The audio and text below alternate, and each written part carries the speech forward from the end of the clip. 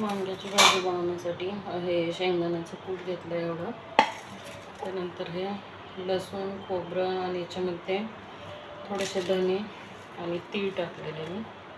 कांदा नाही घालत, पण कांदा दरवेळी म्हणजे कांद्याचं नको वाटतं खायला, म्हणून आता हे लसूण, खोबरं आणि ह्यात 1 चमचा धने आणि अर्धा चमचा पांढरे तीळ घातलेले. आता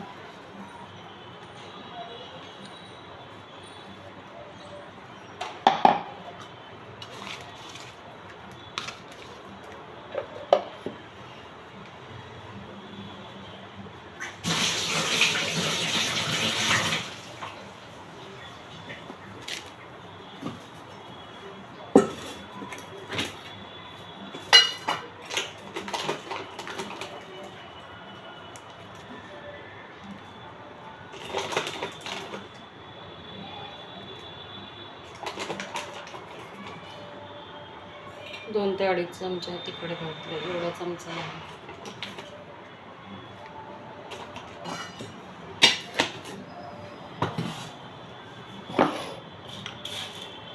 आणि मीठ घालते थोडंसं. सगळं मिसळून घ्यायचं.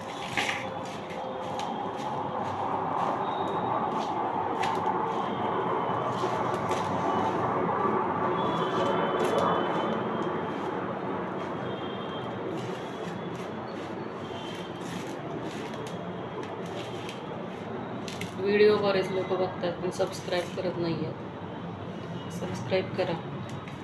तर याच्यामध्येच मी थोडं तेल घालणार आहे आणि ते सगळं वांग्याच्या ह्याच्यामध्ये भरणार आहे. वांग्याच्या ज्या फोडी केल्या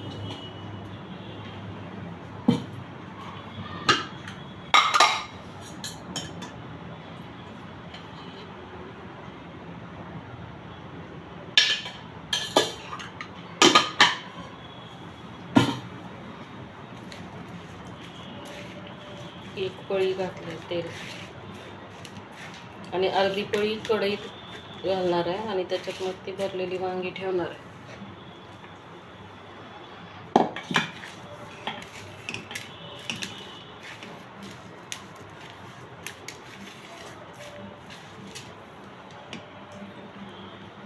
अशा प्रकारे करून घेतलं. पाण्यात घालून ठेवलेले हे होईपर्यंत.